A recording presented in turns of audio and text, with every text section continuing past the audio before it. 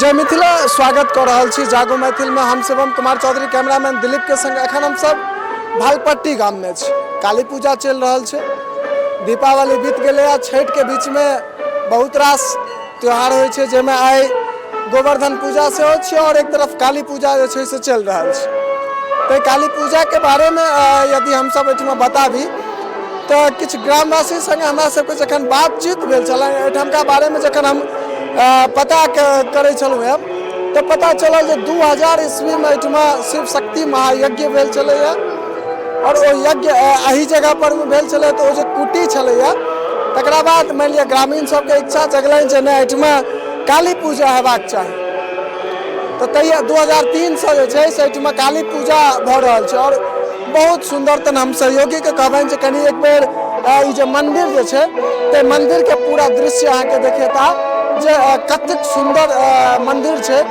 हालांकि एकटा कोन में हम सब कलश जे छै से भरल सेहो देख रहल छियै जे एठमा कलश स्थापन जे दिना मान लिअ पूजा भेल रहे यानी दीपावली के दिन एठमा कलश स्थापन कलश जे छै से भरल गेल रहे और वह कलश एखन अहाँ सबके देखा रहल यऽ। हम एक बेर कहबनि सहयोगी के चारू कात अहाँके कैमरा के घुमा के देखा देता। एठमा ई हवन कुंड छै जे एठमा हवन होइ छै एखनो, चूँकि एखनो ई बहुत नीक कंडीशन में छै, एखनो एहि जगह पर में हवन होइ छै। एक तरफ रामायण चल रहल छै, बड़का टा के मंदिरक मैदान छै बड़का टा के और ई सामने लेकिन अहाँके देखाइत है जे मंदिर जे सुंदर जतेक सुंदर बनायल छै तहिना ओहि प्रकार से सुंदर जे छै से एहि चीज के सजायल सेहो गेल छै। और संध्या के आबे के एकटा हमर सबके मकसद जे छै से खास मकसद यह रहते जे मंदिर तो सुंदर रहते छै लेकिन ते पर में जहन सजावट रहे छै तो और सुंदर होइ छै। अब हम देखे छियै रास्ता ई सामने के रास्ता छियै जे बाटे आदमी मंदिर के प्रांगण में प्रवेश करे छथिन, प्रवेश द्वार छै। अब हम सब चले छी अंदर और अंदर जे छै से अहाँके माँ काली जी के पहले दर्शन कराबै छी और हम सहयोगी के कहबनि धीरे धीरे अहिना आगू आबत। ई देख रहल छियै जे पूरा संगमरमर बैसायल जे छै से ई सुंदर मंदिर छै और एकर जे बाहर प्रांगण तक के आवे वाला ई जगह जे छै से ढलाई कैल बहुत सुंदर पवित्रतम स्थान जे छै से बनल छै। हम सब चले छी आब ऊपर और अहाँ सबके दर्शन कराबै छी। हम सहयोगी के कहबनि आगू आबैत और आगू आबि कऽ जे छै से अहाँ सबके दर्शन कराबैत। स्टॉप एखन अहाँ सब माँ के दर्शन कर रहल छी। ई बता दी जे ई पिछला साल जे जानकारी हमरा सबके आयल हन ताहि अनुसार पिछला साल एहिठमा ई मूर्तिक स्थापना कयल गेलैया। ताहिसँ पहिने प्रतिमा माटिक प्रतिमा बना कऽ ओकर पूजा होइ छलैया और पिछला साल से जे छै से एहिठमा ई प्रतिमा जे स्थापना प्राण प्रतिष्ठा कयल गेल छनि तिनकर पूजा भऽ रहल छनि। आब हमसब पुजारी जी संग हमसब किछ बातचीत सेहो करब और तकर बाद एहिठामक की केना इतिहास छै ताहिके बारेमे हमसब जानब। एखन हमरा सबके बीच किछु ग्रामीण सब छथि, हिनका सब संग एहि मंदिरक इतिहास सबके बारेमे बातचीत करै छी। की नाम है? हमर नाम राजीव भेल। की मानि लिअ एहि मंदिर के बारे में चूँकि बहुत दिन से हम सब चर्चा सुनैत रही आइ हमहूँ सब एलहुँ एहि जगह पर में एहि मंदिरक किछु इतिहास देखाबे के लेल। तो ई काली पूजा एहिठमा कतेक दिन से भऽ रहल छै? 2003 से काली पूजा भऽ रहल छै। बड़ा शांतिपूर्वक से बड़ा स्थिरता से कोनो तेहन एहन टाइप के प्रॉब्लम नहीं होइ छै, बड़ा बढ़िया से पूजा भऽ रहल छै और कंटिन्यूअस 2003 से भऽ रहल छै। अच्छा एहिठमा 2003 से ई पहिने सुनै छलियै हमसब जे एहिठमा माटि के प्रतिमा बनै छथिन तकरा बाद पूजा होइ छै, लेकिन आइ जहन हमसब एलहुँ या तो देखै छियै मूर्ति के स्थापना भऽ गेल छै। अहाँ सही सुनलियै, सही देखलियै। लास्ट ईयर तक से मूर्ति बनि कऽ तऽ पूजा होइ छलैया, मुदा लास्ट ईयर हमसब स्थापना केलियनि मैया के और जयपुर से मूर्ति एलखिन और सब गोटे मिलकर बहुत नीक उच्चारण से पूजा पाठ भेलनि और स्थापना कयल गेलनि और मैया बहुत सहयोगी छथिन, बहुत हेल्प करै छथिन मैया, सबके हेल्प करै छथिन।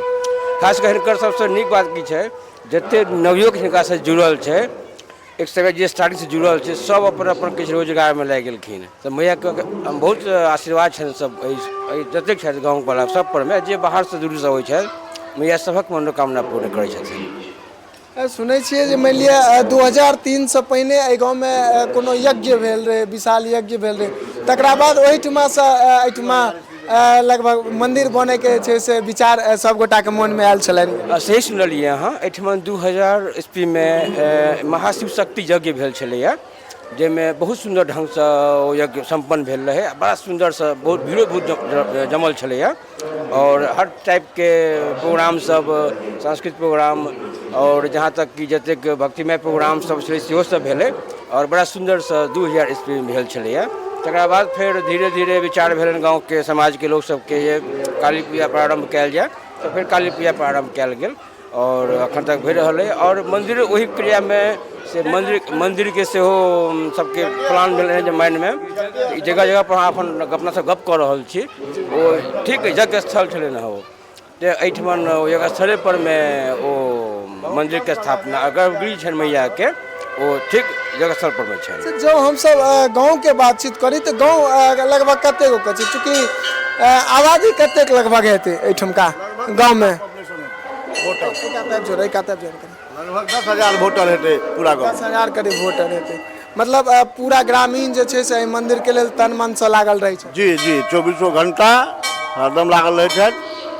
ई मंदिर काली मंदिर छै, आ हमरा सबके गाँव में दुर्गा मंदिर सेहो अइ सुंदर सागर पोखरि पर, ओतौ अहाँके दुर्गा मंदिर पूजा होइ छै, और सब ग्रामीण के सहमति से होइ छै, बुझलियै। आ एतौ जे होइ छै से सब ग्रामीण के सहमति से होइ छै, सब ग्रामीण हिल मिल कऽ अबै छथि। एतऽ 4 दिन का जे उत्सव है एकरा पूरा कऽ कऽ आ फेर अपन अपन कोना हमसब सालो भरि मैया के सेवा करै छियै। बहुत गाँव में सुनै छियै जे मानि लिअ युवा सब, चूँकि पूजा में आब युवा सब जे छै से बेसी भाग लै छथिन, तऽ ओहिठमा मनोरंजन के लेल हुनका सबके लेल सांस्कृतिक कार्यक्रम सब सेहो रहै छै। एहिठमा 4 दिन का की केना शेड्यूल रहै छै? हमसब नाटक खेलै छी, हमसब मैथिली नाटक के मंचन करै छी। बहुत 2-4 गो नाटक, जेना हमरा सबके दहेज, उगना, चांगुर, ई सब नाटक हमसब खेलने छी। अखनो नाटक होइ छै, और बाकी एक दिन के जे छै से अहाँके सांस्कृतिक प्रोग्राम जे ढोल पिपही वाला होइ छै, ओहो मैथिली में ओकर आयोजन रहै छै सब साल। अच्छा, मंदिर के बाहर देखलियै बहुत रास जे छै से कलश सेहो छै, मतलब कलश सेहो भरल गेल छलै। सही देखलिए अपने। दिवाली के दिन हमसब कलश यात्रा, शोभा यात्रा केने छलहुँ हँ। सुंदर सागर पोखरि पर में हमसब जल भरै छी कलश में सब गोटे, और पूरा ग्रामीण सब एहिमे सहयोग सही छनि, सब आपस में मिलकर कलश यात्रा करै छियै। आ फेर अनलहुँ, फिर कलश मैया लए, मेन जे कलश रहै छै मैया लए हमसब ओ राखि दै छियै, जे रात्रि पूजा होइ छै मैया के, बाकी कलश राखल छै और रहै छै। अच्छा, बहुत जगह जतऽ मानि लिअ प्रतिमा पूजा होइ छनि ताहिठमा बहुत रंग के मान्यता सेहो रहै छै। एकटा मान्यता के लऽ कऽ जे छै से बेर बेर चर्चा होइत रहै छै। एहिठमा बलि प्रथा, बलि प्रदान होइ छै? नहि, एहिठमन बलि वाला कोनो एहन बात नहीं छै। एहिठमन हमसब कुम्हर मैया के वैष्णवी पूजा करै छनि। एहन इतिहास है कि हमरा गाँव में दुर्गा पूजा सेहो होइए, ओहो वैष्णवीय छथिन, और इनको हमसब पूजा वैष्णव रूप में करै छियनि, और हमसब बलि प्रदान वाला हमसब ओ सीन नहीं करै छनि। मान लिअ महिला सब जिनका कोबला रहैत हेतनि, फिर वो सब तहन खोइच भरै लए आबैत हेथिन? हाँ, खोइच भरै लए एहिठमन अहाँके आब तऽ सालो भरि हिनकर मैया के खोइच भराइ छनि, किया तऽ प्राण प्रतिष्ठा भऽ गेल छनि, तऽ मैया स्वच्छ छथिन, स्वतः छथिन, तऽ हर साल डेली हिनका खोइच भराइ छनि। आ संख्या सेहो बढ़ि रहल छै, जेनाकि कलश यात्रा अपने गप के लिए, ओहोमे जेना लास्ट ईयर में जो हमसब केने रहियै तऽ लगभग 150 कलश उठल छलै, एहि बेर लगभग 350 कलश छलै। 350, मतलब एते गाँव में छै से कुमारि कन्या छलखिन ये? हाँ, एलखिन, जे हिनकर सबके रिलेटिव छथिन सेहो सब एलखिन, और बड़ा बढ़िया रहलै। और जिनका खोइच भरय के इच्छा छनि ओ डेली अहाँके खोइच भरय के कार्यक्रम डेली होइत रहै छै। अच्छा, एकटा एहि गाँव के छै से किछु एहन खास चीज बता दी जे मानि लिअ एहन चीज भेल होय, एहिमे सब गोटा के छै से बहुत नीक लागल होय, कोनो एहन मानि लिअ? अहाँ जे जगह पर में ठाढ़ छी, सब माने अविश्वसनीय जगह एकटा इएह भेल जे एते कम समय में एतेक प्रगति में छै, सबके मिलला के बादे एहिमे कतौ से कोनो दुराई नहीं छै, बुझलियै ने। ई जगह एकटा हमरा पंचायते टा में नहीं माने स्मरणीय छै, जखन कि 10 कोष्ठ में 10 गाँव में जे छै से ई मंदिर के चर्चा छै, बुझलियै। सब दिना किछु ने किछु एतऽ जे कि रहबे केलखिन है। ई जगह जे छै से खासकर जे कहीं के पहले जे छै से मंठ छलखिन है, एतऽ जे कहीं के महात्मा सब जे छलखिन कई जगह पर में आबि कऽ हुनका बहुत सारा जगह जमीन छै, एते लमसम में जैसे गाँव से बाइली जब यहाँ तो झंझारपुर में जैसे इनका 200 बीघा करीब प्रॉपर्टी है।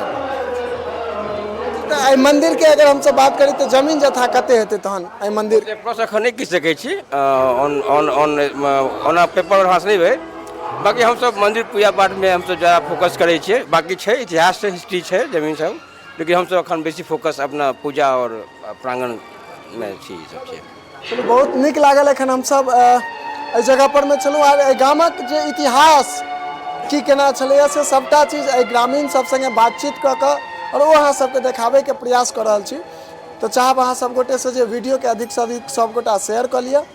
जे फेसबुक के माध्यम से देख रहल छी से फेसबुक पेज के फॉलो कऽ ली, और जे यूट्यूब के चैनल पर में देख रहल छी ओ चैनल के सब्सक्राइब कऽ ली।